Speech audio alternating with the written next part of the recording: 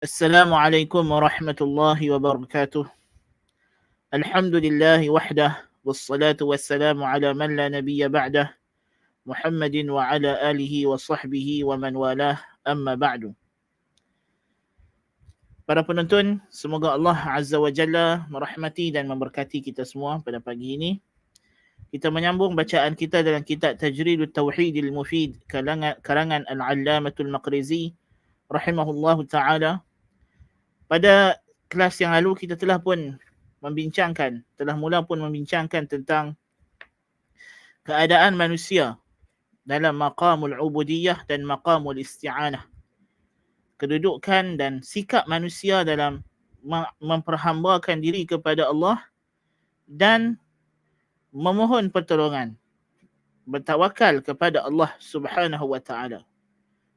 Orang yang mukmin, mereka memperhambakan diri mereka, mengabdikan diri mereka kepada Allah, dan dalam masa yang sama mereka memohon pertolongan dan bantuan Allah untuk membolehkan mereka memperhambakan diri mereka kepada Allah. Syiar mereka ialah iyyaka na'budu wa iyyaka nasta'in. Hanya kepadamu sahaja ya Allah kami mengabdikan diri, dan hanya kepadamu sahaja ya Allah kami memohon pertolongan dan bantuan. Yakni dalam melaksanakan ketaatan kepadamu, kita minta supaya Allah membimbing kita ke arah taatnya. Allahumma muqallibal qulub, thabbit qalbi ala dinik.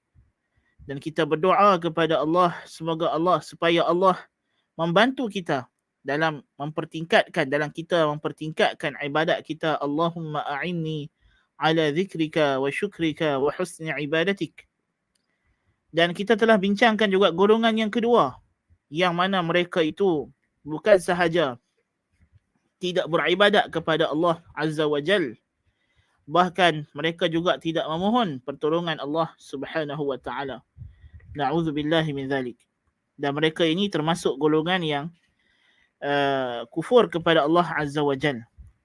Kemudian kata musannif rahimahullah, al-qismu tsalits, bahagian yang ketiga, golongan yang ketiga, man lahu naw'u ibadatin bila isti'anah. Mereka yang ada ibadah tapi tak ada isti'anah. Golongan yang mereka ni ahli ibadah, beribadah kepada Allah, tapi mereka tidak memohon pertolongan Allah Subhanahu wa taala. Wa haula'i naw'an, dan mereka ini ada dua jenis golongan. أحدهما أهل القدر القائلون بأنه سبحانه قد فعل بالعبد جميع مقدوره من الألطاف، وأنه لم يبقى في مقدوره إعانة له على الفعل، فإنه قد أعانه بخلق الآلات وسلامتها وتعريف الطريق وإرسال الرسول وتمكينه من الفعل، فلم يبقى بعدها إعانة مقدورة يسأله إياها. Golongan yang pertama, golongan Qadariyah. Mereka yang menganut ajaran qadar. Dan ini terdapat dalam sejumlah golongan yang mengabdikan diri mereka kepada Allah Subhanahu wa taala, mengasingkan diri mereka dalam beribadat, dalam kalangan ahli tasawuf, yang terjebak ke dalam pahaman Qadariyah, kerana mereka menyangka dengan pahaman ini mereka boleh mengagungkan Allah, kerana mereka menafikan takdir Allah dalam kejadian perkara-perkara buruk dalam alam. Sedangkan itu sebenarnya satu penafian terhadap kesempurnaan rububiyah Allah Azza wa Jalla. Apa mereka ni kata? Mereka kata Allah Subhanahu wa taala telah pun menciptakan kepada makhluk segala kemampuan, dan dia tidak masuk campur lagi. Jadi apa sahaja yang Tuhan dah bagi kepada kita daripada kudrat, iradat, inilah dia, cukup. Tak ada lagi apa yang Tuhan nak tambah. So tak ada benda lagi kita nak minta dekat Tuhan. Semua kejadian alam ini Tuhan hanya ciptakan kepada kita, diri kita, kudrat kita, iradat kita, kemudian kita lah yang jadikan semua benda dalam alam ini. Tuhan tidak ada lagi campur urus. Nas'alullah al-afiyah. Ini adalah fahaman golongan Qadariyah. Jadi mereka kata, tak ada apa lah kita nak minta. Allah Ta'ala dah bagi semua. Nak minta tolong apa lagi, dia kata. Kalau kita nak salat kita itu hanyalah dengan kudrah dan iradah yang Tuhan dah bagi kepada kita. Ya, tidak ada lagi qudrah dan iradah lain. Lain daripada yang Tuhan dah ciptakan pada kita daripada kemampuan dan iradat yang ada. Kata Syekh, wa haula'i makhdhuluna mawkuluna ila anfusihim masdudun alaihim tariqul isti'anati wat tauhid. Qala Ibn Abbas radhiyallahu anhuma al-iman bil qadari nizamut tauhid. فمن آمن بالله وكذب بقدره نقض تكذيبه توحيده. Mereka ini sebenarnya golongan yang telah dihina dan dibiarkan oleh Allah Ta'ala kepada diri mereka sendiri. Dan telah tertutup ke atas mereka jalan untuk memohon pertolongan dan tauhid kepada Allah. Kata Ibn Abbas radhiyallahu anhuma, al-qadaru nizamut tauhid. Beriman dengan qadar, beriman dengan takdir itu adalah sistem tauhid. Barang siapa yang mentauhidkan Allah tetapi mendustakan takdir, maka pendustaannya terhadap takdir itu telah membatalkan tauhidnya. Tauhid dan isti'anah, ibadah dan isti'anah, beriman bahawa kita wajib mentaati Allah dan dalam masa yang sama beriman dengan rububiyah Allah, bahawa Allah lah yang memelihara, mencipta dan mentadbir kejadian alam, adalah dua perkara yang tak boleh dipisahkan. Jadi golongan ini mereka mengambil jalan, kalau kita nak beribadat kepada Allah, nak taat kepada Allah, kita jangan kata Allah yang ciptakan amalan kita. Kita jangan kata Allah yang menciptakan kejadian alam. Sebaliknya makhluk yang jadikan. Tuhan tidak campur urus dalam pentadbiran alam ini. Ini adalah fahaman yang silap, yang salah. Ya, fahaman yang silap dan salah. Bahkan kita memang Allah Ta'ala ciptakan kepada kita kudrah dan iradah. Namun begitu, kudrah dan iradah yang Allah beri kepada kita ini adalah benda yang asas. Kudrah dan iradah yang asas. Dan Allah masih lagi boleh menambah dan terus mencipta kepada kita kudrah dan iradah lain. Dan membantu kita untuk melepasi halangan-halangan yang Allah Ta'ala letakkan. Ya, kerana kita kena ingat Allah Subhanahu Wa Ta'ala ciptakan kita ini sebagai ujian, untuk diuji di dunia ini. Laqad khalaqnal insana fi kabad. Kami telah ciptakan manusia itu berselubung dalam susah payah untuk diuji. Inna khalaqnal insana min nutfatin amsyajin nabtalih. Kami ciptakan manusia daripada air mani yang dicampur untuk kami uji. وَلَنَبْلُوَنَّكُمْ بِشَيْءٍ مِنَ الْخَوْفِ وَالْجُوعِ وَنَقْصٍ مِنَ الْأَمْوَالِ وَالْأَنْفُسِ وَالثَّمَرَاتِ وَبَشِّرِ الصَّابِرِينَ.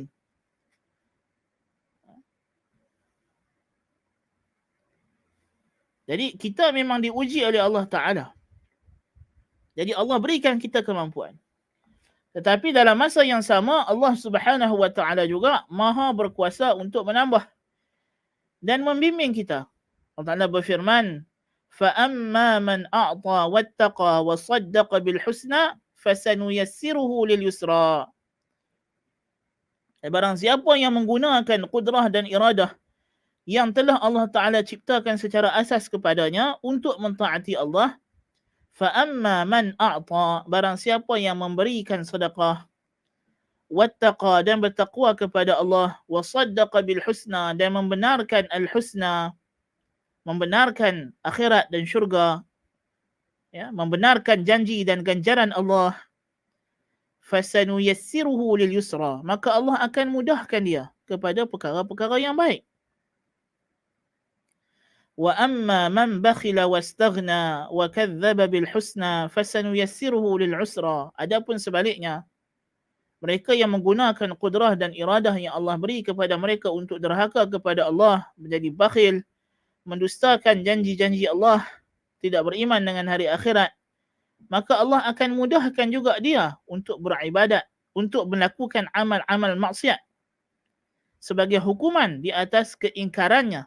Kerana kufurnya dia akan nikmat yang Allah bagi daripada nikmat kemampuan dan iradah tadi, yang sepatutnya dia guna untuk taat, dia pergi guna untuk maksiat. Sebab itu Nabi SAW bersabda, i'malu fakullun muyassarun lima khuliqalah. Beramallah kerana setiap daripada kamu ini akan dimudahkan sesuai dengan apa yang dia telah diciptakan untuknya. Nabi bacakan ayat ini daripada surah Al-Lail. Ya. Jadi kita kena ingat Allah Ta'ala yang membimbing kita. Inna khalaqnal insan min nutfatin amshajin nabtalihi faja'alnahu sami'an basira. Inna hadainahu sabil. Imma syakiran wa imma kafura. Tuhan tunjukkan jalan. Jadi Allah Ta'ala membimbing kita ke arah jalan kebenaran. Bagi siapa yang memohon petunjuk Tuhannya, Tuhannya akan mudahkan dia. Ya. Jikalau kita tidak memohon bimbingan daripada Allah dan kita hanya bersandar kepada diri kita dan kita menganggap tidak perlu lagi minta hidayah kepada Allah seperti dakwaan golongan Qadariyah ini, kita akan sesat. Kerana jiwa kita ini dicipta untuk diuji. Bukan sahaja kita dicipta dengan kebolehan untuk melakukan ketaatan, tetapi Allah Ta'ala berikan kepada kita ini syahwat untuk menguji kita, untuk kita buat pilihan, untuk kita memilih. Kita tidak diciptakan seperti malaikat yang hanya ada kecenderungan ke arah kebaikan. Kita tidak diciptakan seperti matahari dan bulan yang tidak ada kehendak melainkan mengikut peraturan yang telah ditetapkan kepada mereka. Kita tidak diciptakan seperti haiwan yang hanya ada insting untuk tahu apa yang baik dan buruk bagi mereka di dunia. Ya. Sebaliknya kita diciptakan dengan satu ciptaan yang khusus oleh Allah Subhanahu wa Ta'ala dengan kebolehupayaan untuk membuat pilihan. Dalam membuat pilihan ini, kita disuruh memohon bantuan Allah Ta'ala. Kita disuruh bila kita nak buat keputusan untuk kita salat istikharah. Allahumma inni astakhiruka bi'ilmik wa astaqdiruka biqudratik. Ya Allah, aku memohon pilihan dengan ilmumu. Minta engkau, ya Allah, buat pilihan untuk aku kerana engkau yang maha mengetahui. Aku mohon kemampuan untuk melakukan apa yang baik ini dengan kudrahmu. Engkau jadikan aku boleh buat perkara tersebut. Ya. Jadi maknanya Allah Subhanahu wa Ta'ala memang telah ciptakan kepada kita kemampuan dan iradah, tetapi tidak bermakna Tuhan tidak akan tambah dan bantu kita lagi lepas itu. Bahkan masih ada lagi bantuan-bantuan lain yang akan terus diberikan kepada orang yang beriman yang memohon kepada Allah. Dan yang tidak memohon kepada Allah, dialah yang rugi. Sebab itulah kita disuruh berlepas diri daripada kemampuan diri sendiri. Kerana hakikatnya kemampuan yang Tuhan bagi ini kepada kita hanyalah kemampuan yang asas. Yang kalau tidak ada tambahan-tambahan yang lain selepas itu, kita mungkin tidak dapat melaksanakan tugas kita sebagai hamba Allah dengan sempurna. Bukan tak mungkin, memang pasti. Kita tak akan dapat menjalankan kemampuan kita sebagai hamba Allah Ta'ala dengan sempurna. Sebaliknya kita akan tergoda dengan ujian Allah Ta'ala, dengan bisikan syaitan, dengan apa nama,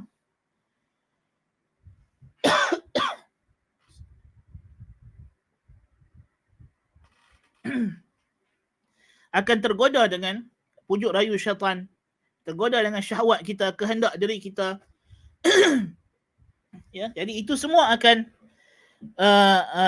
mengalihkan kita daripada jalan kebenaran. Jadi kita berhajat kepada bantuan dan bimbingan daripada Allah Subhanahu wa Ta'ala. Allahumma a'inni ala dhikrika wa syukrika wa husni ibadatik.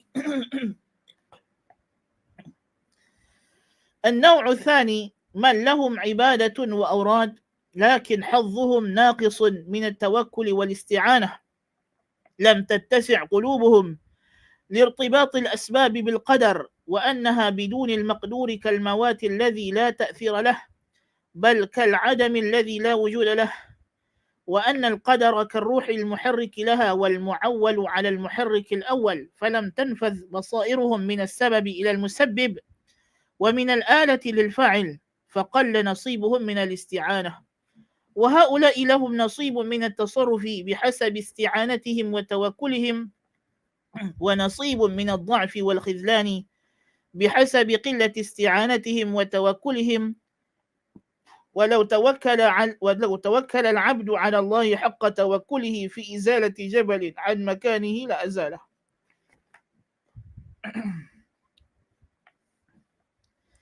Jenis yang kedua, mereka yang ada ibadah dan zikir dan amal-amal soleh yang tetap. Tetapi mereka ini kurang dari segi tawakal dan isti'anah. Ini yang kebanyakan manusia lah, kebanyakan orang awam. Nas'alullah al-afiyah. Kita tidak mensucikan diri kita daripada golongan ini, boleh jadi kita pun macam inilah. Dan kita berusaha untuk keluar daripada peringkat ini nak jadi yang lebih baik. Iaitulah golongan yang mereka ni ada ibadah. Kebanyakan orang awam ada ibadah, salat, jaga perintah Allah, jauhi larangan Allah. Tetapi dalam bab isti'anah, mereka juga tidaklah, tak ada isti'anah langsung. Mereka tahu semua kejadian alam ni berlaku dengan takdir Allah, Allah tentukan dan sebagainya. Tetapi mereka terlalu memandang kepada sebab dan terlalu bergantung dengan sebab. Jadi isti'anah mereka, tawakal mereka kurang. Dan ini dapat dilihat apabila berlakunya musibah atau ujian daripada Allah Subhanahu wa taala. Ya, bagaimana keadaan gelisahnya seseorang dengan ujian. Semakin seseorang itu gelisah, tak berduduk diam dengan ujian yang Allah Ta'ala beri kepada dia, itu menunjukkan sejauh mana tahap tawakalnya kepada Allah Subhanahu Wa Ta'ala. Ya, ada orang mungkin bulan itu kekurangan pendapatan. Dia sudah mula termenung, termanggu, duk fikir, susah hati. Dah mula duk cakap apa orang bulan ni nak makan apa. Habislah kita bulan ni. Dah mula duk cakap-cakap macam itu.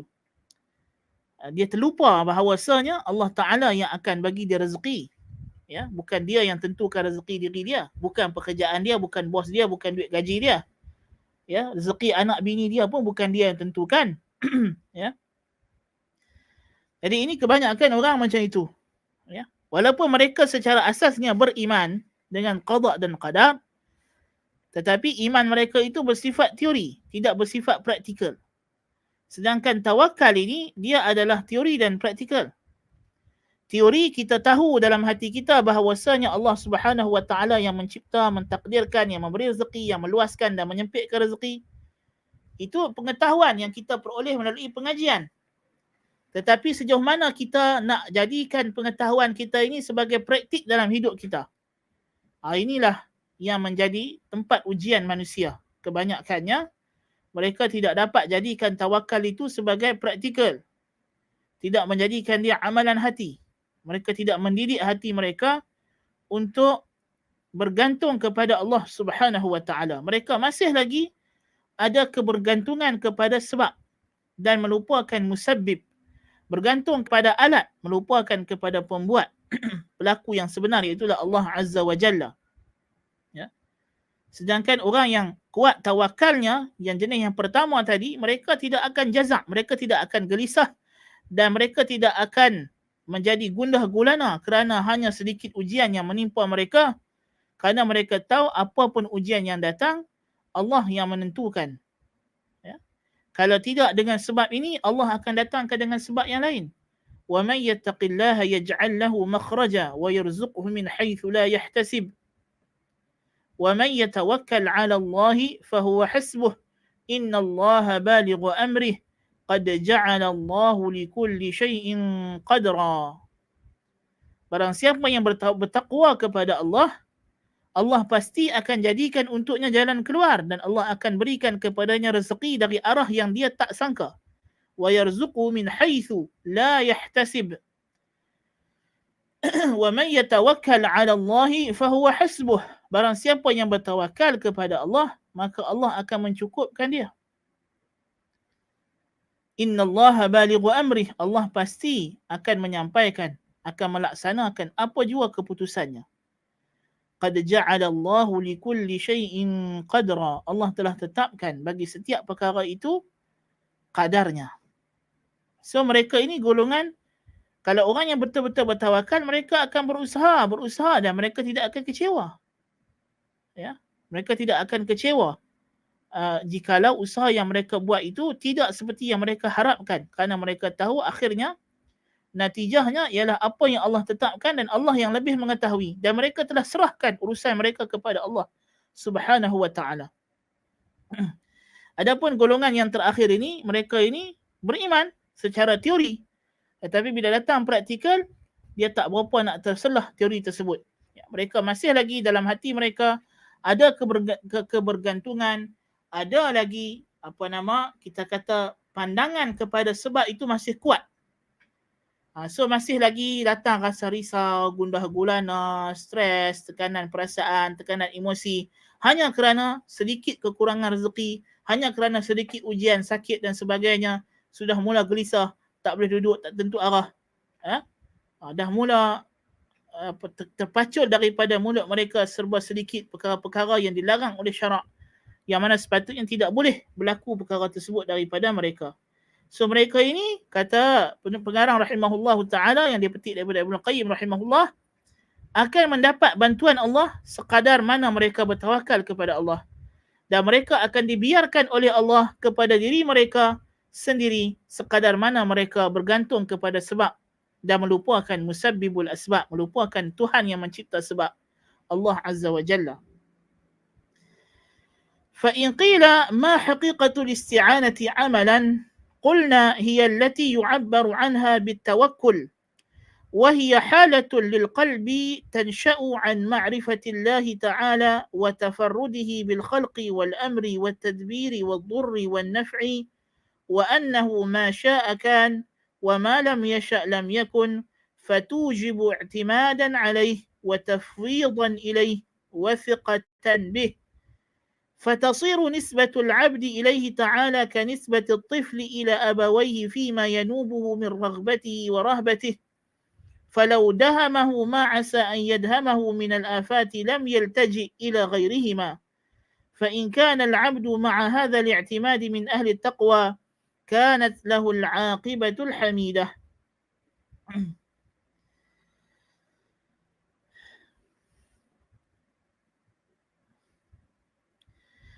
Jikalau ditanya apa dia hakikat sebenarnya isti'anah, yang kita duk cerita isti'anah, mohon bantuan ni, apa dia sebenarnya? Maka kata musannif, jawapannya ialah tawakal, at-tawakkul. Apa dia tawakul? Tengok ini ta'rif Ibn Qayyim sebut ni, cantik. Iaitulah halatul lil qalbi. Dia adalah satu keadaan yang berlaku bagi hati. So dia adalah satu perkara, kesan, natijah yang akan berlaku kepada jiwa kita, emosi kita, rasional kita, ya, yang terhasil tansya'u an ma'rifatillahi ta'ala, yang terhasil setelah mana kita mengiktiraf dan kita mengakui akan Allah Ta'ala sahajalah yang tunggal dan esa dalam mentadbir, mencipta, memerintah, buruk dan baik, mudarat dan manfaat, semuanya daripada Allah. Dan apa yang Allah kehendaki pasti berlaku, dan apa yang tidak dia kehendaki pasti tidak akan berlaku. Daripada pengetahuan ini adalah sisi ilmu. Itu yang kita sebut tadi, tawakal ada dua bahagian. Bahagian ilmu, teori. Dan yang kedua, bahagian praktikal. Teori ini akan melahirkan satu tindak balas, reaction, kepada tindakan kita mengiktiraf perkara ini kepada Allah. Apa dia? Yang menghasilkan i'timad, bersandarnya hati kepada Allah Ta'ala. Wa tafwidan ilaih, dan menyerahkan urusan kepada Allah. Yang ini menyerahkan apa sahaja usaha yang kita nak buat ni, apa natijahnya, apa dia punya outcomes dia, kita serah kepada Allah Ta'ala. Wa thiqatan bihi, dan thiqah dengan Allah, dan yakin bahawasanya Allah Ta'ala tidak akan mensia-siakan amalan orang yang salih, dan dia tidak akan membiarkan hambanya dalam keadaan derita. Dia pasti akan membuka jalan dan memberi bantuan. Fa inna ma'al usri yusra, inna ma'al usri yusra. Sesungguhnya setiap kesusahan itu pasti datang bersama dengannya kemudahan. So, tengok tawakal ni apa? Dia ada dua sisi. Sisi ilmunya, sisi teorinya, kita kena iktiraf dulu bahawasanya Allah Ta'ala sahajalah yang mencipta, mentadbir, dan bahawa kehendak Allah lah kehendak yang pasti terlaksana. Manakala kehendak makhluk hanya akan terlaksana sekadar yang Allah Ta'ala izinkan. Bila kita dah iktiraf macam itu akan menyebabkan hati kita, jikalau betul pengiktirafan itu, kalau kita sering ingatkan diri kita dengan perkara ini, maka jiwa kita, otak kita ini akan fikir macam mana, dia akan sentiasa hadir dalam ingatan dia, dalam benak lubuk jiwa dia, untuk menyandarkan diri dia hanya kepada Allah, bukan kepada sebab. Dan tentu sekali orang yang bertawakal, dia akan melakukan apa jua sebab yang dibenarkan oleh syarak. Orang yang bertawakal bukan orang yang duduk sahaja tak buat apa peluk tubuh. Itu bukan tawakal. Itu kasal, itu malas. Allahumma inni a'udzubika minal hammi wal hazan wa a'udzubika minal ajzi wal kasal wa a'udzubika minal jubni wal bukhl wa a'udzubika min ghalabati ad-daini wa qahri ar-rijal. Nabi SAW adalah imamul mutawakkilin, imam segala orang yang bertawakal. Tapi Nabi berdoa, ya Allah, aku minta lindung kepadamu daripada kegusaran alham, iaitulah duk risau lebih berkenaan apa yang akan jadi esok hari. Wal hazan, dan sedih atas apa yang telah berlalu yang tak diperolehi pada masa lepas. Wa a'udzu bika minal ajzi, dan aku berlindung kepadamu daripada ketidakupayaan. Wal kasal, dan kemalasan. Tak berdaya nak buat terus, ataupun ada daya tapi tak mau buat kerana nak berehat dan malas. Wa a'udzu bika minal jubni wal bukhl, aku minta lindung kepadamu daripada pengecut, yakni takut nak mencurahkan nyawa aku demi jalanmu ya Allah. Wal bukhl, dan takut daripada nak mencurahkan harta benda aku untuk infak pada jalanmu, daripada kebakhilan. Dan aku berlindung kepadamu daripada ditawan oleh manusia ataupun dibelenggu oleh hutang. Apa yang Nabi minta ini sebenarnya inilah tawakal kalau kita perhatikan. Jadi kalau orang yang bertawakal, dia tidak bimbang dengan apa yang akan jadi esok hari kerana dia yakin esok hari apa yang jadi semuanya ialah yang Allah telah tetapkan, dan apa jua yang Allah telah tetapkan pasti ada hikmah dan kebaikan. Dan dia tak sedih dengan apa yang telah lepas. Kerana apa sahaja yang Allah dah tetapkan pada masa lalu yang kita tak dapat, maka itulah yang terbaik, dan kita redha dan kita terima bahawa keputusan Allah lah yang terbaik. Ya. Dan dalam masa yang sama, untuk waktu sekarang, fokus kita adalah kita buat apa yang termampu. Wa'udzu bika minal ajzi wal kasal. Ini untuk masa sekarang. So yang pertama tadi, bahagian pertama is about past and future. Yang bahagian kedua doa ini, wa'udzu bika minal ajzi wal kasal, ini untuk present, untuk masa sekarang, al-hal. So untuk masa sekarang kita disuruh untuk berusaha. Nabi SAW suruh kita, ihris ala ma yanfa'uk wa la ta'jaz. Bersungguh-sungguhlah kamu melakukan apa yang memberi manfaat kepada kamu, dan jangan kamu rasa lemah. Jangan kamu anggap kamu tak boleh buat. Kerana Allah dah bagi kemampuan kepada kamu, dan Allah akan tolong kamu kalau kamu minta tolong dia.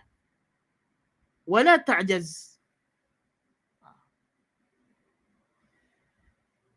Dan kalau terlepas daripada apa yang kita dah buat tak dapat, Nabi kata, ingatlah bahawasanya itu adalah takdir Allah. Dan jangan kamu kata kalau.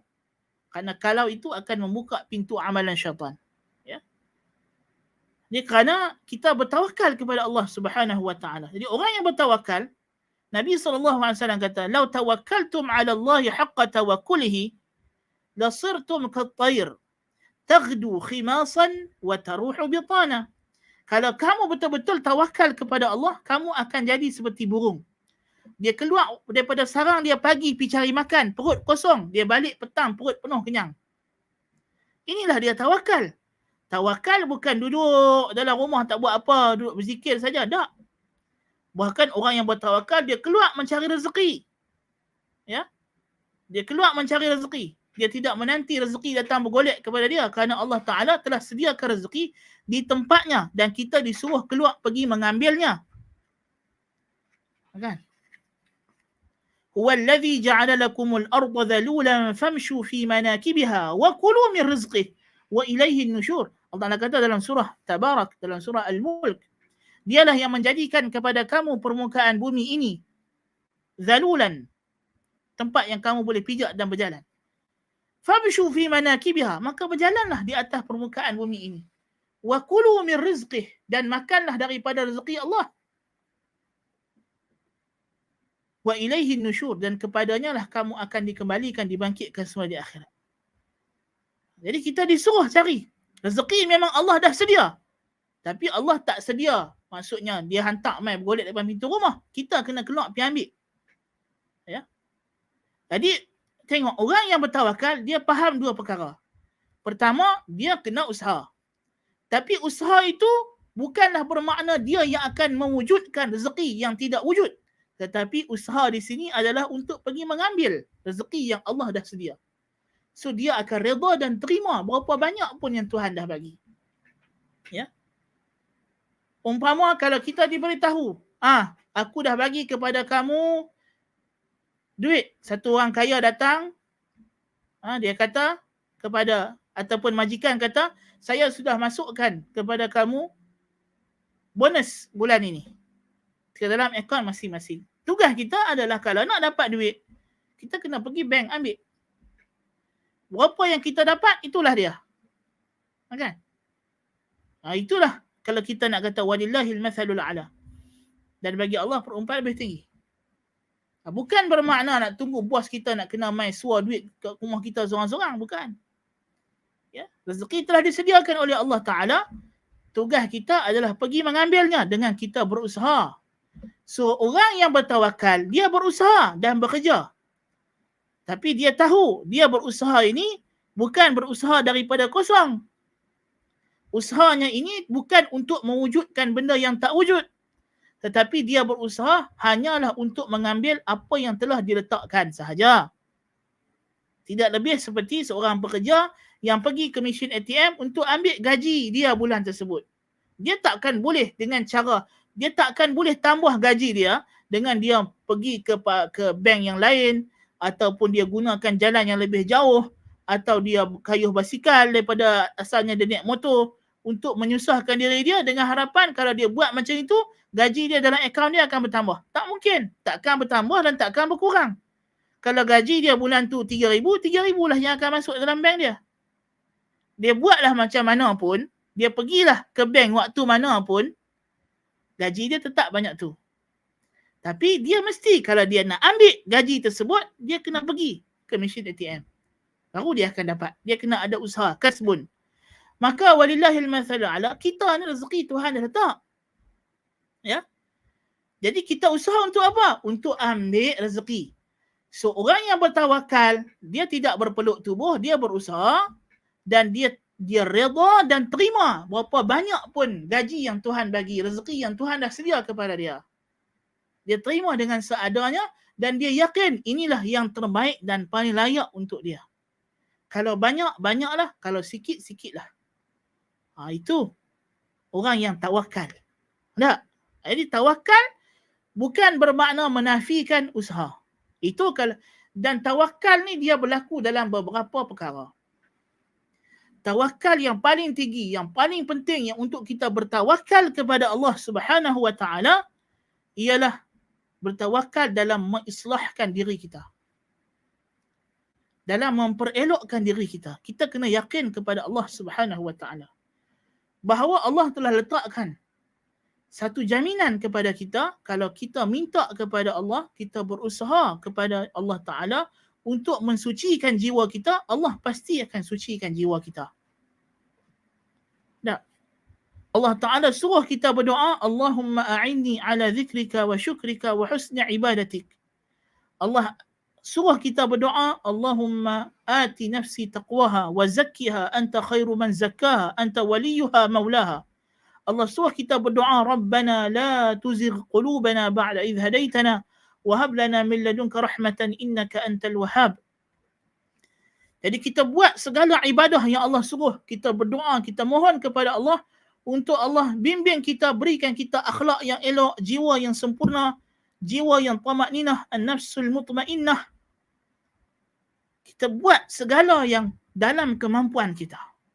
Dan dalam masa yang sama kita yakin dengan janji Allah bahawa sesiapa yang walladzina jahadu fina lanahdiyannahum subulana, mereka yang berusaha melakukan ketaatan kepada kami, pasti kami akan bimbing dia ke jalan-jalan ketaatan.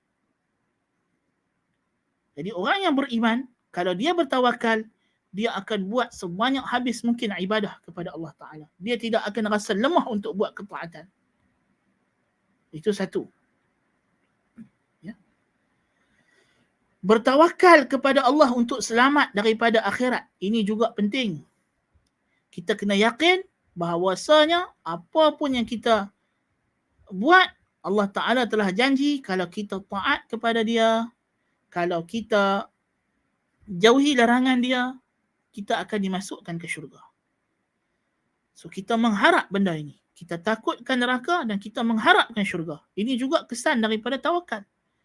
Kalau kita betul bertawakal, kita akan mempertingkatkan amal ibadah dan menjauhi larangan Allah. Kerana kita yakin dengan janji yang Allah dah bagi tahu kepada kita. Bahawa Allah, innallaha la yukhliful mi'ad. Allah tak memungkiri janjinya. Ya. Yang ketiga, kita bertawakal kepada Allah Subhanahu wa Ta'ala dalam kehidupan dunia. Dalam memperoleh rezeki. Banyak orang duk bercakap tawakal hak ketiga, orang lupa dua tawakal yang pertama. Tawakal di dunia, ini yang paling ringan di peringkat bawah. Kerana rezeki telah pun dijamin. Dan tawakal kita juga sama konsepnya. Kita kena yakin bahawa rezeki kita telah pun dijamin oleh Allah, telah ditetapkan oleh Allah. Tidak ada orang yang akan kebuluran, tidak ada orang yang akan kelaparan, kecuali dengan apa yang Allah dah tetapkan kepada dia. Ya? Tidak ada orang yang akan terkurang rezekinya, atau rezekinya diambil oleh orang lain. I'lam annama asabaka lam yakun liyukhti'ak wa annama akhta'aka lam yakun liyusibak. Ketahuilah bahawasanya, yakinlah, berimanlah bahawasanya apa sahaja yang kena kepada kamu, ia bukan sesuatu yang sepatutnya tak kena. Bahkan memang itu telah ditetapkan untuk kena. Dan apa yang tidak kena kepada kamu, bukan sesuatu yang sepatutnya kena kepada kamu. Memang sudah ditetapkan dia tak kena kepada kamu. Sama ada benda itu baik ataupun buruk. Jadi kalau kita bertawakal kepada Allah Ta'ala dalam mencari rezeki, kita keluar dan buat yang halal.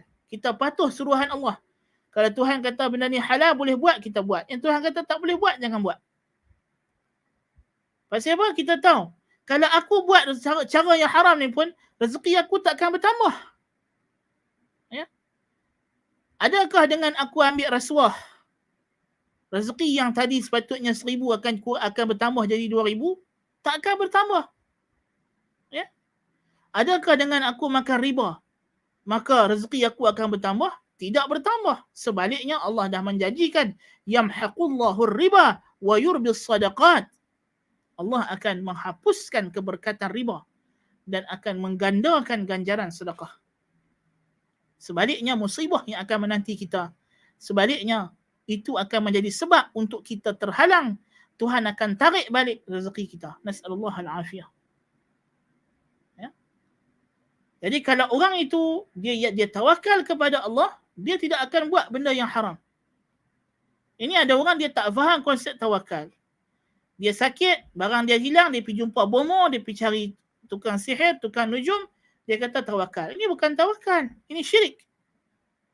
Nas'alullah al-afiyah. Tawakal ialah tauhid dan tauhid ialah tawakal. Okay. Jadi kalau kita faham konsep tawakal yang sebenarnya, kita tak akan menjadi orang yang malas. Kita tak akan menjadi orang yang berpeluk tubuh. bahkan kita akan menjadi seperti Rasulullah SAW dan para sahabat radhiyallahu anhum, yang mereka ini tidak ada sebab yang harus yang dibenarkan syarak, melainkan mereka akan usaha ke arah tersebut. Ya. Dan apa yang syarak larang atau perkara yang boleh membawa kepada larangan syarak, mereka akan jauhkan diri mereka sejauh-jauhnya. Inilah baru ciri-ciri orang yang bertawakal yang sebenar-benarnya. Kemudian musannif bawakan firman Allah Ta'ala yang telah kita bacakan tadi, وَمَنْ يَتَّقِ اللَّهَ يَجْعَلْ لَهُ مَخْرَجًا وَيَرْزُقْهُ مِنْ حَيْثُ لَا يَحْتَسِبُ وَمَنْ يَتَوَكَّلْ عَلَى اللَّهِ فَهُوَ حَسْبُهُ أَيْ كَافِيهِ. Yani makna Allah itu adalah hasbuhu ay kafi, yang mencukupkan dia.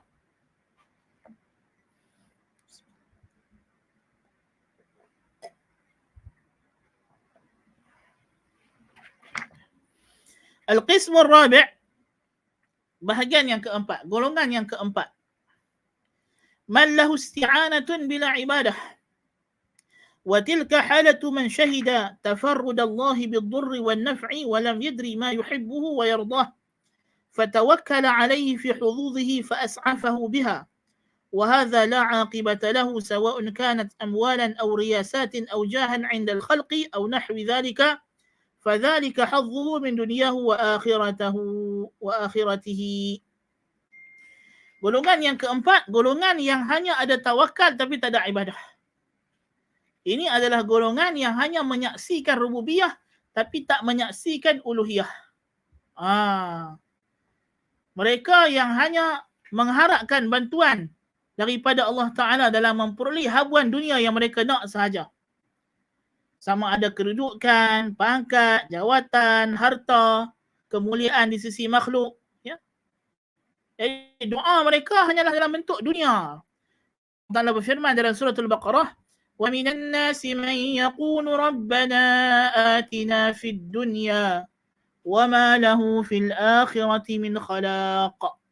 Ada kalangan manusia yang berdoa minta kepada Allah, wahai Tuhan kami, berilah kami dunia. Kata Allah, tiada bagi mereka sedikit pun habuan di akhirat. وَمِنْهُمْ مَنْ يَقُولُ رَبَّنَا آتِنَا فِي الدُّنْيا حَسَنَةً وَفِي الْآخِرَةِ حَسَنَةً وَقِنَا عَذَابَ النَّارِ أُولَئِكَ لَهُمْ نَصِيبٌ مِّمَّا كَسَبُوا وَاللَّهُ سَرِيعُ الْحِسَابِ. Dan sebahagian yang lain pula berdoa minta kepada Allah, wahai Tuhan kami, berilah kami kebaikan dunia dan kebaikan akhirat dan lindungilah kami daripada azab neraka. Mereka lah yang akan mendapat bahagian daripada apa yang mereka minta dunia dan akhirat. Dan Allah Maha cepat hitungannya. Jadi orang mukmin dia minta tolong kepada Allah untuk dunia dan akhirat. Di dunia untuk beribadah kepada Allah, di akhirat untuk selamat daripada azab Allah. Adapun orang yang hanya memikirkan keduniaan, maka mereka inilah golongan yang telah terjebak ke dalam syirik kerana hendak dunia semata-mata, dan ini adalah perangai orang musyrikin yang tidak beriman dengan hari akhirat. Nas'alullahal afwa wal afiyah. Dan mereka ini kalau Allah bagi pun apa yang mereka minta, itu tidak ada kebaikan akhirat untuk mereka. Ganjaran mereka, habuan mereka terhenti dekat dunia sahaja. Akhirat mereka tak ada ganjaran apa pun. وَمَا لَهُمْ فِي الْآخِرَةِ مِنْ خَلَاقٍ. Di akhirat tak ada sikit pun ganjaran yang Allah akan bagi kepada mereka. Na'udzubillahi min dzalik. So inilah 4 golongan kategori orang yang bertawakal dan beribadah. Dan kita seboleh-bolehnya kita berusaha nak menjadi golongan yang pertama yang kita sebut sebelum ini. Orang yang merealisasikan ibadah perhambaan diri kepada Allah bersungguh-sungguh, dan dalam masa yang sama dia bersandarkan harapannya, menyandarkan hatinya kepada Allah Subhanahu wa Ta'ala dan sentiasa memohon bantuan dan pertolongan daripada Allah untuk menambahkan lagi kemampuannya untuk beribadah dan memperhambakan dirinya kepada Allah Subhanahu wa Ta'ala. Kemudian kata musannif rahimahullah, wa'lam anna al-'abda la yakunu mutahaqqiqan bi'ibadati Allah ta'ala illa bi aslaini. Ahaduhuma mutaba'atur Rasul sallallahu alaihi wasallam, والثاني إخلاص العبودية.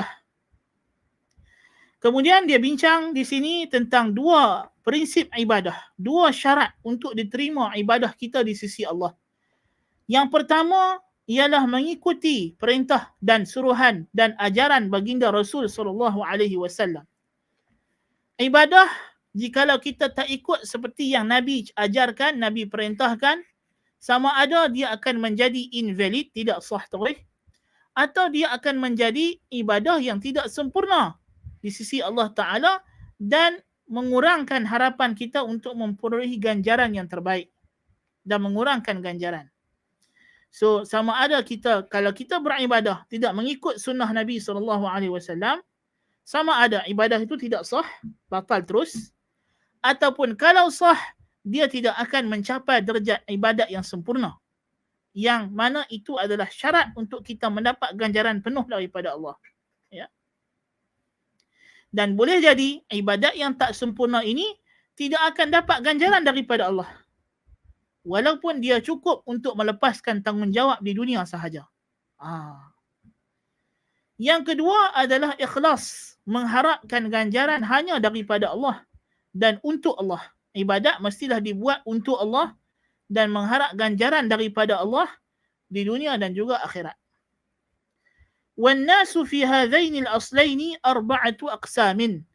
Dan sama juga manusia dalam merealisasikan dua syarat ibadat ini, dua syarat penerimaan ibadah ini, ada 4 kategori, 4 golongan. Apa golongan tersebut? Yang pertama dia kata, Ahlul Ikhlasi wal Mutaba'ah. فأعمالهم كلها لله وأقوالهم ومنعهم وعطاؤهم وحبهم وبغضهم كل ذلك لله تعالى لا يريدون من العباد جزاء ولا شكورا عدوا الناس كأصحاب القبور لا يملكون ضرا ولا نفعا ولا موتا ولا حياة ولا نشورا فإنه لا يعامل أحدا من الخلق إلا لجهله بالله وجهله بالخلق. والإخلاص هو العمل الذي لا يتقبل الله من عامل عملا صوابا عاريا منه وهو الذي ألزم عباده به إلى الموت. قال تعالى ليبلوكم أيكم أحسن عملا وقال إنا جعلنا ما على الأرض زينة لها لنبلوهم أيهم أحسن عملا. وأحسن الأعمال أخلصه وأصوبه فالخالص أن يكون لله والصواب أن يكون على وفق سنة رسول الله صلى الله عليه وسلم. Golongan yang pertama ialah golongan yang ikhlas dan mutaba'ah. Ikhlas dan ikut Nabi SAW. Maka amalan mereka semuanya hanyalah untuk Allah. Apa yang mereka cakap, apa yang mereka halang, apa yang mereka beri, cinta, benci mereka, semuanya kerana Allah. Demi Allah, mereka tidak cinta sesuatu melainkan kerana benda itu Allah Ta'ala cinta. Mereka tidak benci sesuatu melainkan kerana Allah yang suruh mereka benci dan kerana Allah. Mereka tidak beri sesuatu kepada orang melainkan kerana mengharapkan ganjaran Allah. Dan mereka tidak menghalang sesuatu daripada orang lain melainkan kerana ia telah dihalang oleh Allah. Maka mereka menuruti perintah Allah Subhanahu wa Ta'ala tersebut. Mereka tidak mengharapkan apa-apa balasan dan ganjaran walaupun sekadar ucapan terima kasih, walaupun doa. Sebab itulah kata para ulama, kalau orang bagi sedekah, yang disuruh ialah apa? Innama nut'imukum liwajhillahi la nuridu minkum jazaa'an wala syukura. Tidak boleh mengharapkan balasan daripada orang yang kita beri sedekah kepadanya walaupun sekadar memohon doa. Ambillah ni sedekah ikhlas, doakan saya. Doakan saya itu mengurangkan ikhlas. Bahkan kita beri kepada dia tanpa kita minta apa balasan pun daripada dia, sebab kita yakin sama ada dia doa ke, dia tak doa ke, dia balas ke, dia tak balas ke, yang penting yang aku nak ialah ganjaran Allah, bukan ganjaran dia ni. Itu yang disuruh dalam bersedekah. Demikianlah semua amal ibadah. Bagi mereka manusia ni semuanya orang mati dalam kubur. Kerana itulah hakikat manusia. Mereka tak boleh bagi mudarat, tak boleh bagi manfaat, tidak pula boleh menghidupkan kita atau mematikan kita atau menghidupkan semula kita. Ya, tidak ada orang yang bekerja mengharapkan ganjaran makhluk, melainkan sama ada dia jahil tentang Allah atau dia jahil tentang hakikat makhluk. Ya. Orang yang buat kerana mengharap ganjaran makhluk tak lari daripada dua jenis. Sama ada dia jahil Allah tu siapa atau dia jahil makhluk tu apa dia. Kalau dia tahu Allah itulah Tuhan yang memberikan segala apa yang dia dapat dalam alam ini, dan dialah Tuhan yang akan kita dibangkitkan semula di akhirat nanti untuk dihitung amalan kita, dan dia yang akan hitung dan dia yang akan bagi ganjaran kepada amalan kita. Tak mungkin kita mengharapkan kepada makhluk. Dan kalau kita tahu hakikat makhluk, mereka ni tak ada milik apa pun. Ya? Hidup mereka, susah mereka, senang mereka, yang kaya, kekayaan mereka, yang miskin, kemiskinan mereka, semua itu ketetapan Allah, bukan ketetapan mereka. La ilaha illallah wahdahu la syarika lah, lahul mulk wa lahul hamdu wa huwa ala kulli syai'in qadir. Allahumma la mani'a lima a'taita wa la mu'tiya lima mana'ta wa la yanfa'u dhal jaddi minkal jadd. Zikir lepas salat kita. Apa makna? Tak. Kita mengaku bahawa la mani'a lima a'tait. Tak ada siapa boleh halang apa yang kau nak bagi. Wala mu'tiya lima mana'ta. Apa yang kau tak bagi, siapa pun tak boleh bagi dekat aku, ya Allah. Wala yanfa'u dhal jadd. Dan orang yang ada harta kaya tak boleh bagi manfaat.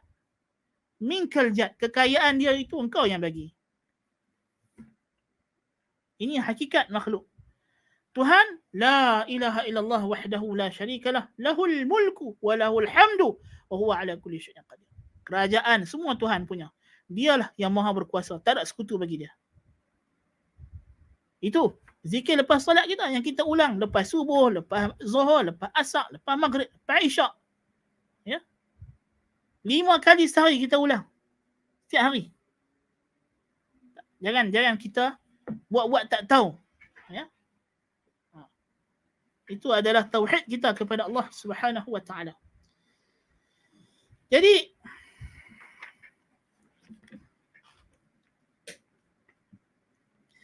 apa dia ikhlas? Ikhlas itu ialah amalan yang Allah Ta'ala tidak terima daripada sesiapa pun yang buat satu amalan yang sahih melainkan dengannya. Kalau kita buat amalan yang sahih, amalan mengikut cara yang Nabi SAW ajak, kalau tak ikhlas Tuhan tak terima juga. Ya, dan Tuhan suruh kita buat amalan itu dengan cara ini, dengan ikhlas dan mutaba'ah sampai kita mati. Huwallazi khalaqal mauta wal hayata liyabluwakum ayyukum ahsanu amala. Dialah yang ciptakan hidup dan mati untuk menguji kamu. Siapakah dalam kalangan kamu yang paling baik amalannya? Dan Allah Ta'ala berfirman dalam suratul Kahf, Inna ja'alna ma'alal ardi zinatan laha linabluwahum ayyuhum ahsanu amala. Sesungguhnya kami jadikan segala perhiasan di muka bumi ini untuk kami uji mereka. Siapa dalam kalangan mereka yang paling elok amalannya. Dan makna paling elok amalannya ialah yang paling ikhlas dan paling tepat. Ikhlas mengharapkan ganjaran daripada Allah. Paling tepat ialah mengikut sunnah Nabi SAW. Dan inilah wahadha huwal amalu salihul madhkuru fi qawlihi ta'ala فَمَنْ كَانَ يَرْجُو لِقَاءَ رَبِّهِ فَلْيَعْمَلْ عَمَلًا صَالِحًا وَلَا يُشْرِكْ بِعِبَادَةِ رَبِّهِ أَحَدًا. Di akhir surah Al-Kahfi, maka barang siapa yang mengharap untuk bertemu dan memandang wajah Tuhannya, maka hendaklah dia beramal dengan amalan yang salih, yakni yang ikhlas, dan dia tidak mensyirikkan sesuatu pun dengan Tuhannya dalam ibadatnya tersebut. Dan amalan yang salih ialah amalan yang ikhlas dan sesuai dengan tunjuk ajar syariat. Wa huwa al-'amalu al-hasanu fi qawlihi ta'ala wa man ahsanu dinan mimman aslama wajhahu lillahi wa huwa muhsin. Dan itulah dia amal hasan yang dimaksudkan oleh Allah dalam surah An-Nisa ayat 125. Barang siapakah yang lebih elok agamanya, ibadatnya, selain daripada mereka yang menyerahkan dirinya kepada Allah bulat-bulat dan dia berada dalam keadaan muhsin, memperelokkan amalannya ikhlas dan sesuai dengan syariah, dan dia menyerahkan dirinya kepada Allah, taat segala perintah Allah, menjauhi segala larangan Allah. وهو الذي أمر به النبي صلى الله عليه وسلم في قوله كل عمل ليس عليه أمرنا فهو رد وكل عمل بلا متابعة فإنه لا يزيد عامله إلا بعدا من الله فإن الله تعالى إنما يعبد بأمره لا بالأهواء والآراء. Dan inilah Nabi SAW sebut, setiap amalan yang tidak mengikut suruhan agama kami, maka ia ditolak. Ini kerana Allah Ta'ala tidak disembah, melainkan mengikut apa yang dia suruh, bukan apa yang kita nak. Kerana kita disuruh menyerah diri kepada Allah. Apa makna menyerah diri kepada Allah? Iaitulah kita ikut apa yang Allah suruh dan tinggal apa yang Allah larang. Maknanya, kita kena buat apa yang Allah suruh dengan cara yang dia suruh, bukan cara yang kita nak. Kalau kita beribadat kepada Allah dengan cara yang kita nak, kita tidak menyerahkan diri kita kepada Allah. Dan kita tidak tunduk kepada hukum Allah. Dan kita tidak menyerahkan diri kita bulat-bulat kepada Allah Subhanahu wa ta'ala. Sebab itulah yang mencacatkan dua syarat ini ialah syirik dan juga bid'ah. Syirik dan juga bid'ah. Nas'alullah al-afiyah. Al-darb, jadi yang golongan pertama, golongan yang ikhlas dan mutaba'ah. Dan inilah yang dikehendaki. Dan inilah golongan yang amalannya akan diterima oleh Allah Subhanahu wa ta'ala. Inilah golongan yang benar-benar mengabdikan diri kepada Allah Subhanahu wa ta'ala. Kemudian kata musannif, al-darbu tsani man la ikhlasa lahu wa la mutaba'ah. وهؤلاء شرار الخلق وهم متزينون بأعمال الخير يراؤون بها الناس وهذا الضرب يكثر في من انحرف عن الصراط المستقيم من المنتسبين إلى الفقه والعلم والفقر والعبادة فإنهم يرتكبون البدع والضلال والرياء والسمعة ويحبون أن يحمدوا بما لم يفعلوا وفي أضراب هؤلاء نزل قوله تعالى لا تحسبن الذين يفرحون بما أتوا ويحبون أن يحمدوا بما لم يفعلوا فلا تحسبنهم بمفازة من العذاب ولهم عذاب أليم. Golongan kedua, golongan yang sangat teruk. Golongan yang ikhlas pun tak ada, mutaba'ah pun tak ada. Dia bukan sahaja beramal ibadah, tidak mengikut cara yang Allah Ta'ala suruh. Dia buat benda bid'ah. Dan benda bid'ah yang dia buat itu bukan untuk Allah juga. Untuk tunjuk-tunjuk kepada manusia. Ya. Orang yang buat bid'ah kerana mengharapkan ganjaran Allah, lebih baik daripada orang ini. Golongan yang kedua ini, dahlah ibadat yang dia buat tu bid'ah. Ya. Dan tujuan dia buat bid'ah itu bukan kerana Allah juga. Dia pergi malam Jumaat, baca Yasin ramai-ramai. Pertama, benda tu bid'ah dah. Tapi bukan sebab nak dapat ganjaran Allah. Pasal takut selagi orang kata aku tak bermasyarakat pula. Kan? Dia pergi kenuri arwah. Bukan nak mengharap ganjaran Allah. Semata-mata kerana nak tunjuk muka. Dia kata biarlah kita ni bagi orang nampak kita hidup bermasyarakat. Nampak tak? Ini golongan yang paling jelek, yang paling keji, yang paling jijik sekali. Okay? Dahlah ibadah yang dia buat tu tak ikut suruhan Allah, bercanggah pula dengan sunnah Nabi SAW. Kemudian dia buat tu pula bukan kerana Allah, kerana makhluk, kerana nak meraihkan makhluk, kerana takut orang kata dia Wahabi, kerana takut orang kata dia tak bermasyarakat, kerana takut itu, takut ini. Semua takut tu balik kepada mulut manusia saja, bukan takut pada azab Allah. Dan kebanyakan orang bid'ah dalam kategori ni lah.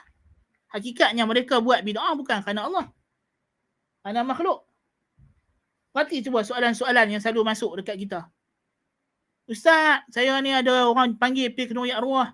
Kalau tak pergi nanti dia kata gitu gini. Nampak? Dia nak pergi kenuri arwah tu bukan sebab ibadah. Sebab dia takut dengan makhluk. So kalau dia pergi, bayangkan 2 kali ganda dosa. Pertama, engkau pergi benda tu bid'ah. Yang kedua, engkau pergi buat bid'ah tu bukan kerana engkau takut Allah Ta'ala. Engkau takutkan makhluk. Lalu engkau tak takut kepada Allah yang melarang kau buat benda tersebut. Nas'alullah al-afiyah. Kerana bila dia tak ada ikhlas ni kalau dia keluar daripada kita, jiwa kita tak boleh kosong. Dia akan serta-merta automatically diganti oleh lawan dia. Apa lawan dia? Syirik. Na'udzubillah min zalik. Ya. Kalau kita tak ada ikhlas, automatically yang duduk di situ ialah syirik. Kalau kita tidak ada sunnah, automatically yang duduk di situ ialah bid'ah. Dia tidak ada tengah-tengah. Antara ikhlas dengan syirik, antara bid'ah dengan sunnah, dia tak ada tengah-tengah. Dia sama ada A atau B. Dia tak ada. Tengah-tengah itu antara A dengan B itu ada benda lain, tak ada. Sama ada negatif atau positif sahaja. Kan? Inilah golongan yang Allah Ta'ala cela dalam firman-Nya dalam surah Ali Imran ayat 188. La tahsabanna alladhina yafrahuna bima ataw wa yuhibbuna an yuhmadu bima lam yaf'alu. Janganlah kamu menyangka mereka yang gembira dengan apa yang mereka buat dan suka untuk dipuji dengan perkara yang mereka tak buat. Fala tahsabannahum bimafazatin minal azab. Janganlah kamu menganggap golongan ini akan selamat daripada azab.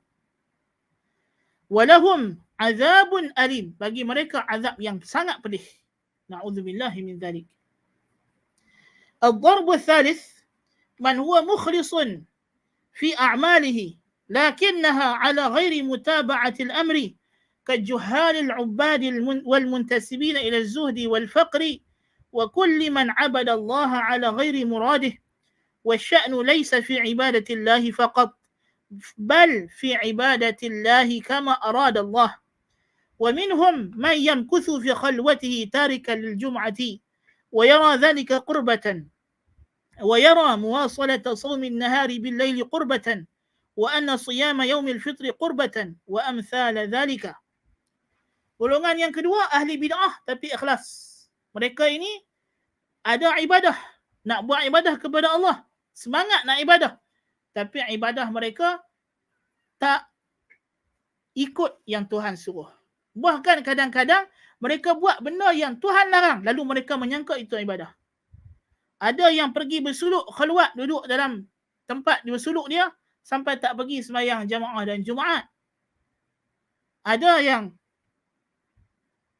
puasa, tak buka puasa, sambung puasa malam pergi puasa siang, tak makan sok, tak buka puasa. Sedangkan ini adalah haram, wisal, dilarang. Berdosa.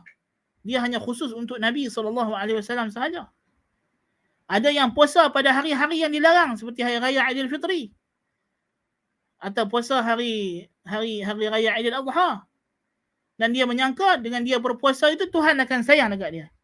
Kerana kata Syekh, ibadat ni bukan hanya ibadat sahaja. Kita bukan sekadar nak beribadat kepada Allah, kita juga dituntut untuk beribadat kepada Allah seperti yang Allah nak, bukan yang macam kita nak. So kalau kita nak ganjaran daripada Allah, kita kena buat ibadat macam yang Allah suruh, bukan macam cita rasa kita. Tak. Nas'alullah al-afiyah. Dan sebab itulah orang yang buat macam ini, ikhlas dia tidak akan lama. Ditakuti kalau dia berterusan begini, lama kelamaan dia akan naik menjadi kategori yang kedua. Kerana kalau ittiba'us sunnah itu semakin pupus, lama kelamaan dia akan hakis juga ikhlas. Ya. Nas'alullah al-afiyah. Dan golongan ini, ibadat mereka juga di atas bahaya. Boleh jadi Allah Ta'ala tolak ibadat tersebut. Sebab Nabi dah kata, man amila amalan laisa alaihi amruna fahuwa rad. Siapa yang beramal ibadat yang bukan dia, contoh agama kami, kita dah baca hadis tadi, akan ditolak. Boleh jadi tidak sah. Macam orang yang puasa hari yang dia haramkan. Puasanya tidak sah. Bahkan dia berdosa.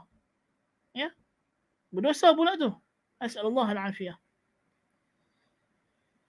الضرب الرابع من أعماله على متابعة الأمر لكنها لغير الله تعالى كطاعات المرائين وكالرجل يقاتل رياء وسمعة وحمية وشجاعة وللمغنم ويحج ليقال ويقرأ ليقال ويعلم ويعلم ليقال فهذه أعمال صالحة لكنها غير مقبولة. قال تعالى وما أمروا إلا ليعبدوا الله مخلصين له الدين حنفاء. فلم يؤمر الناس إلا بالعبادة على المتابعة والإخلاص فيها والقائم بهما هم أهل إياك نعبد وإياك نستعين. Golongan yang keempat, mereka ni zahirnya mengikut sunnah, beribadah mengikut cara yang Allah Ta'ala suruh, salat seperti yang Allah Ta'ala suruh, puasa, berjihad, haji, belajar, mengajar, baca Al-Quran, semua zahirnya begitu. Tetapi ada syirkun khafi. Akhwafu ma akhafu alaikum asyirkul khafi. Benda yang paling aku takut kepada kamu, kata Nabi, syirik tersembunyi. Fasu'ila anhu faqala riya'. Ditanya kepada Nabi SAW apa dia benda tu, Nabi kata riya'. Dia buat semua itu hanyalah untuk mendapat pujian manusia. Na'udzubillahi min zalik. Ini yang kita takut. Sebab tu Syekh Ahmad Abdul Wahab pesan dalam kitab Tauhid. Banyak orang yang menyeru kepada Allah, berdakwah kepada Allah, mengajak kepada Tauhid, tetapi bukan kerana Allah, kerana diri dia sendiri. Dan orang yang macam ini pun lama kelamaan ditakuti dia akan hilang sunnahnya. Ya, ditakuti, na'udzubillah min zalik. Sebab ikhlas dan mutaba'ah ni dia berkembang, dia berpasang. Kalau hilang satu, terhakis juga yang satu lagi. Sebab itu kita takut orang yang berdakwah kepada tauhid, berdakwah kepada sunnah, kalau dia tak ikhlas kepada Allah, datang ujian, datang cubaan, dia tak tahan lama. Ya? Dia akan kalih. Dia akan berubah. Dulu ustaz ni bukan dulu kata tak boleh ke? Buat tahlil apa semua. Lawak dia jadi tekong ah. Oh, dia takut hilang tauliah. Dia ada tauliah, dia duduk masuk TV. Kan? Kalau dah kena cok Wahabi, habis ha. So akhirnya, apa yang dia duk dakwah selama ni, dia akan tinggal demi nak menyelamatkan habuan dunia dia. Na'udzubillahi min zalik. Itu cukup bahaya.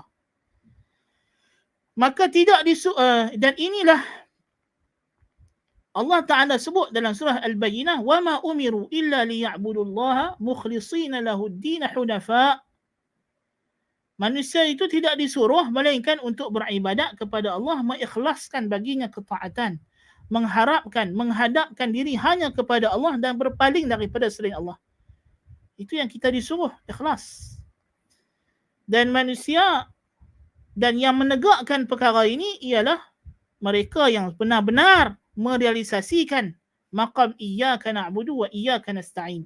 Mereka yang benar-benar telah menghimpunkan pada diri mereka ibadah, ubudiyah, perhambaan diri kepada Allah Subhanahu wa taala, dan juga memohon bantuan dan pertolongan dan tawakal kepada Allah Subhanahu wa taala.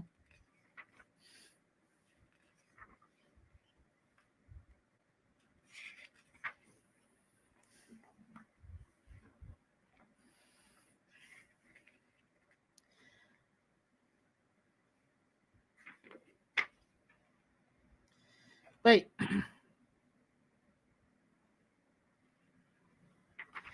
Kemudian Musannif rahimahullah meneruskan lagi menjelaskan golongan-golongan manusia dalam beribadat kepada Allah Ta'ala. So pertama kita dah tengok golongan manusia dalam mereka merealisasikan, dalam mereka menggabungkan ibadat dengan isti'anah. Kemudian kita dah tengok jenis-jenis manusia dalam mereka melaksanakan ibadat dengan ikhlas dan mutaba'ah.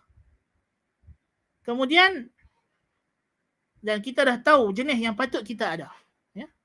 Kalau golongan yang pertama, kita hendaklah menjadi golongan yang beribadah dan dalam masa yang sama ada isti'anah. Dan isti'anah dalam masa yang sama ada ibadah. Dalam kondisi yang kedua, bila kita beribadah dan isti'anah, kita kena pastikan ibadah kita mesti ada ikhlas dan mutaba'ah. Dan ikut sunnah Nabi SAW. Dan juga mesti ikhlas kerana Allah Azza wa Jalla. Ya? Kalau kita tidak begini, kita akan jadi golongan yang ditolak oleh Allah Subhanahu wa taala. So bayangkan, yang kategori pertama ada 4 golongan. Hanya 1 yang diterima, 3 ditolak. Golongan yang kedua ada 4 golongan. 1 diterima, 3 ditolak. Ya? Kemudian Musannif rahimahullah nak bincangkan pula sikap manusia dalam meletakkan prioriti ibadah. Ini penting. Yang ini penting juga kita nak tahu. Ya, pasal apa? Setengah orang dia tak faham konsep ibadah. Dan dia jadi kelang kabut bila dia berada dalam situasi yang dia tak boleh nak buat benda ibadah yang dia biasa nak buat. Ya. So dia jadi macam mana dia nak prioritaskan ibadah mana yang dia kena dahulukan. Jadi kata Ibn Al-Qayyim rahimahullah yang dipetik oleh pengarang kitab kita Al-Maqrizi, ثم أهل مقام إياك نعبد لهم في أفضل العبادة وأنفعها وأحقها بالإيثار والتخصيص 4 طرق وهم في ذلك 4 أصناف. Dalam meletakkan prioriti ibadah, ahli ibadah ni juga ada 4 cara dan mereka ada 4 golongan juga. Semua 4-4. Okay. Dan yang betul hanya 1, 3 lagi tak betul. Tu kita nak kena jaga tu. Pasal hak tak betul itu banyak. Hak betul itu 1 aja. Okay. So kita sekarang ni nak tahu benda ni pasal apa? Pasal kita nak masukkan diri kita dalam kategori yang betul. Kita nak check aku dalam kategori mana. Kalau aku dalam kategori 1, kena istiqamah. Kalau aku dalam kategori 2, kena keluar pergi 1. Kalau aku dalam 3, kena lompat pergi 1. Kalau aku dalam kategori 4, jenuh lah. Kena buat lompat jauh pergi masuk kategori 1 juga. Kan? Itu macam itu. Baik.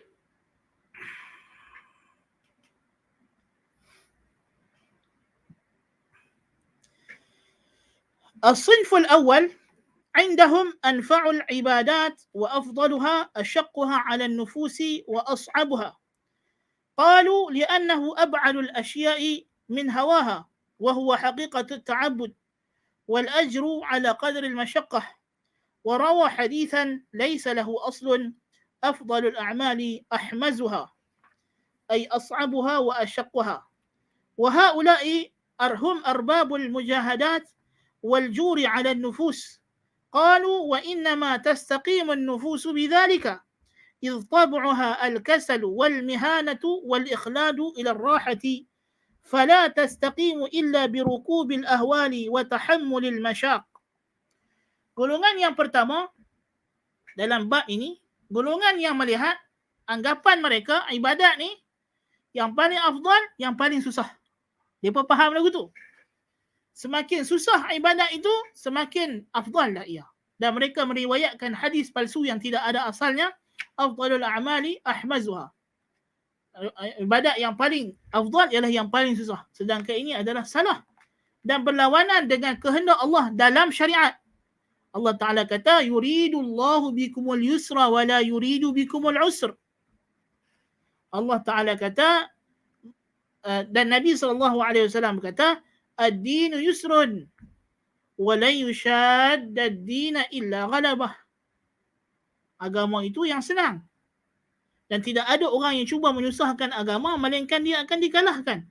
So ada orang dia faham, dia ingat kalau dia buat ibadat yang paling susah, maka itulah yang afdal.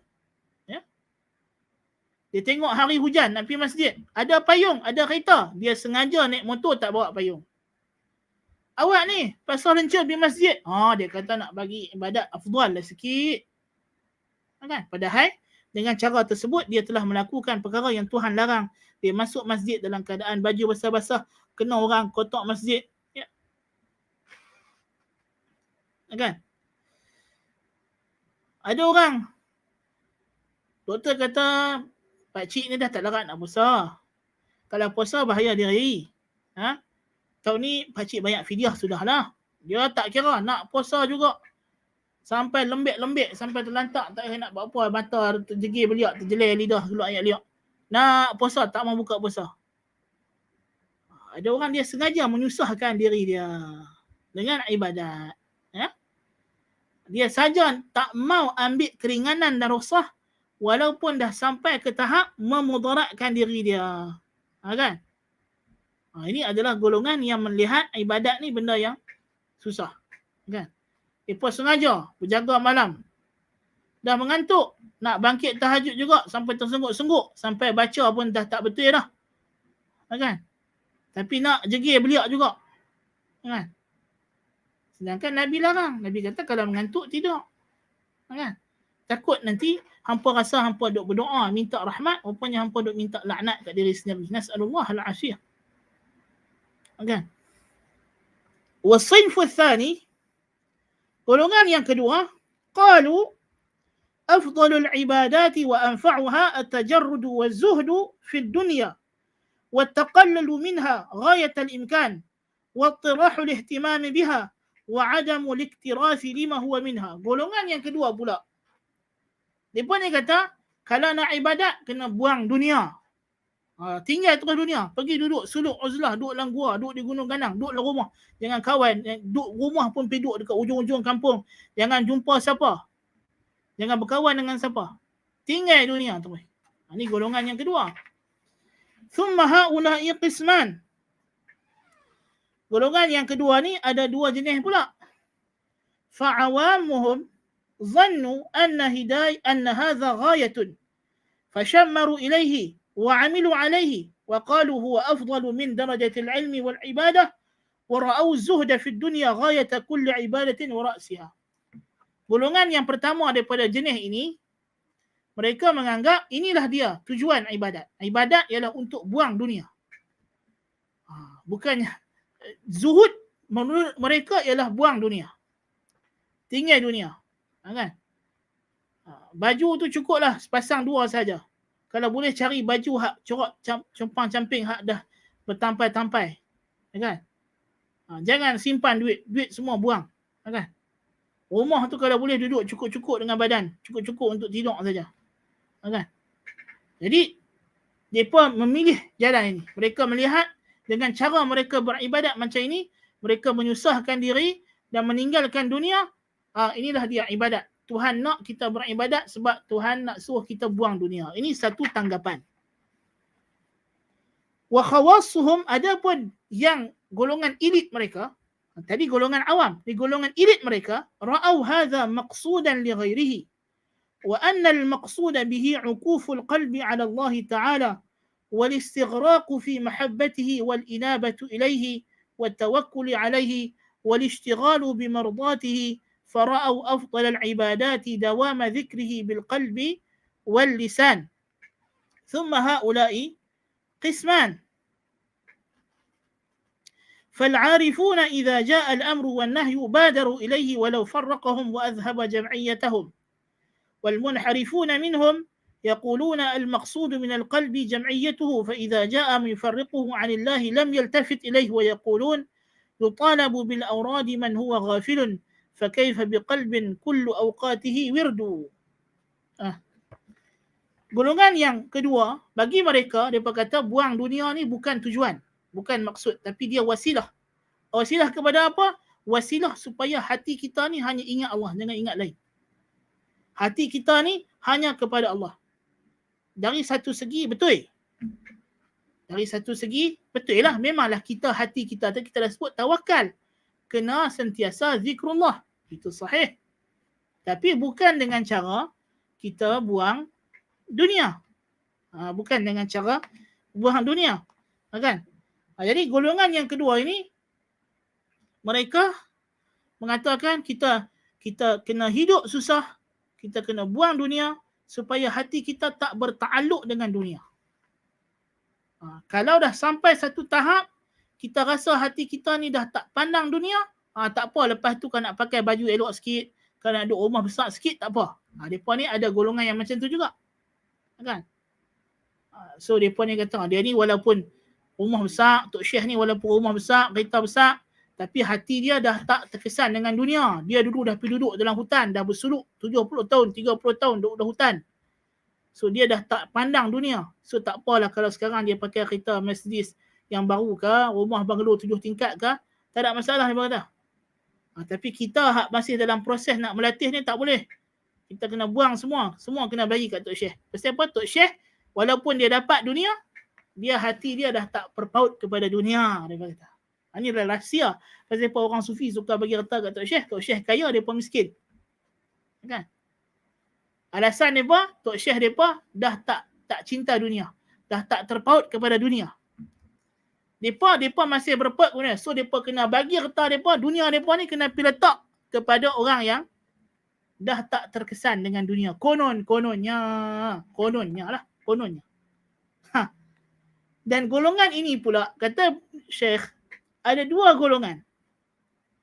Kalau dia orang yang masih ada iman kepada Allah, jikalau datang suruhan Allah dan larangan Allah, dia akan tinggal. Walaupun disebabkan dia buat suruhan dan larangan Allah itu, menyebabkan fokus dia kepada zikrullah tadi, lari. Kan?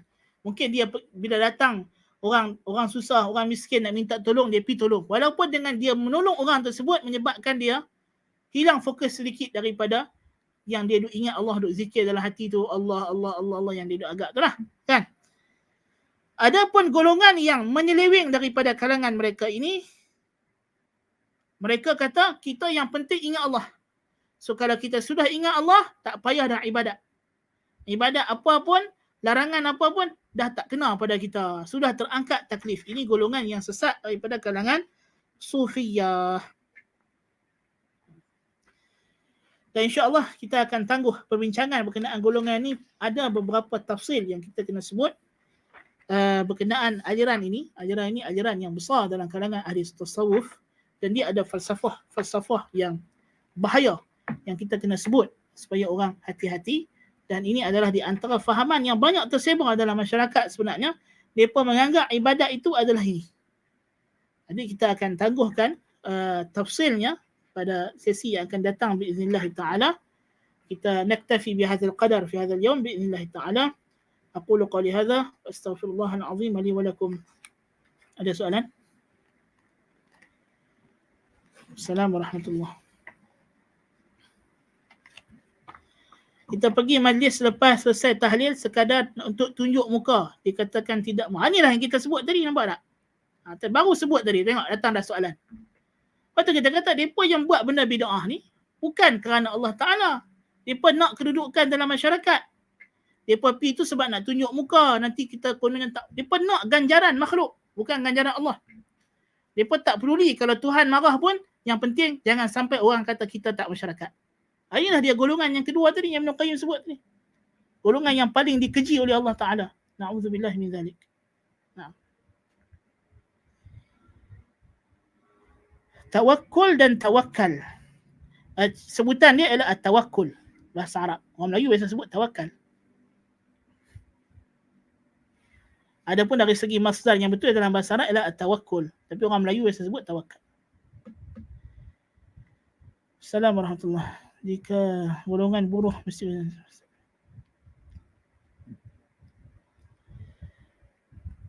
punca stres itu pasal tidak ada tawakal lah. Tawakal kurang.